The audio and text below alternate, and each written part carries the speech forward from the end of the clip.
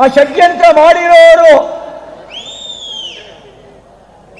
ನೀವು JCB ತಗೊಂಡು 22 ಅಡಿ ಗುಂಡಿ ತೆಗೆದಿದ್ದೀರಲ್ಲ, ಆ ಗುಂಡಿಯಲ್ಲಿ ಷಡ್ಯಂತ್ರ ಮಾಡಿರೋರನ್ನ ಹೂತು ಹಾಕಬೇಕು ಅಂತ ಕೇಳಲಿಕ್ಕೆ ಬಂದಿದ್ದಾರೆ. ಷಡ್ಯಂತ್ರ ಮಾಡಿರೋರನ್ನ ಹೂತು ಹಾಕಬೇಕು ಅಂತ ಕೇಳಲಿಕ್ಕೆ ಇಲ್ಲಿಗೆ ಬಂದಿದ್ದಾವೆ. ಸುಮ್ಮನೆ ಬಂದಿಲ್ಲ.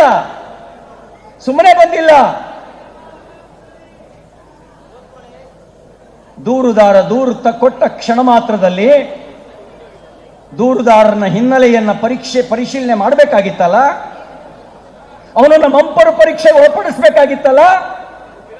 ಅದ್ಯಾವುದನ್ನು ಮಾಡ್ದಲೆ ನೀವು SIT ರಚನೆ ಮಾಡ್ತೀರಿ, ಅವನು ತೋರಿಸಿದ ಕಡೆ ಎಲ್ಲ ಅಗಿತೀರಿ.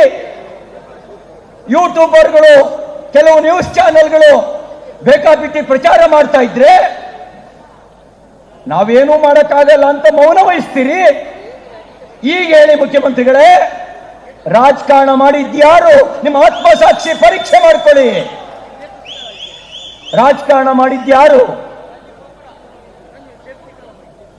ನಮಗೆ ನಮ್ಮ ರಾಜ್ಯದ ಪೊಲೀಸರ ಮೇಲೆ ನಂಬಿಕೆ ಇದೆ.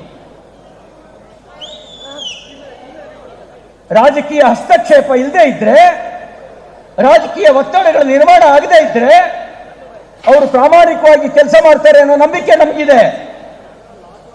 ಆದರೆ ಅವರು ಪ್ರಾಮಾಣಿಕವಾಗಿ ಕೆಲಸ ಮಾಡಕ್ಕೆ ಬಿಡೋದಿಲ್ಲ.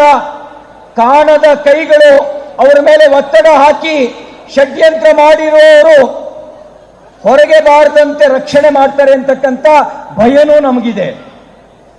ಯಾಕೆ ಅಂದ್ರೆ ಷಡ್ಯಂತ್ರ ದೆಹಲಿಯಲ್ಲಾಯ್ತು, ದೆಹಲಿ ಯಾರ ಮನೆಯಲ್ಲಾಯ್ತು ಅಂತ ಹೇಳುವ ತಾಕತ್ತು ನಿಮ್ ಸರ್ಕಾರಕ್ಕೆ ಇದೆಯಾ? ಚೆನ್ನೈಗೆ ಯಾಕೆ ಹೋಗಿದ್ದ? ಚೆನ್ನೈನಲ್ಲಿ ಯಾರ ಜೊತೆನಲ್ಲಿ ಮೀಟಿಂಗ್ ಮಾಡ್ದ? ಅದನ್ನ ಹೇಳುವ ತಾಕತ್ತು ನಿಮ್ ಸರ್ಕಾರಕ್ಕೆ ಇದೆಯಾ? ಅದನ್ನು ಹೇಳುವ ತಾಕತ್ತು ನಿಮ್ ಸರ್ಕಾರಕ್ಕಿಲ್ಲ.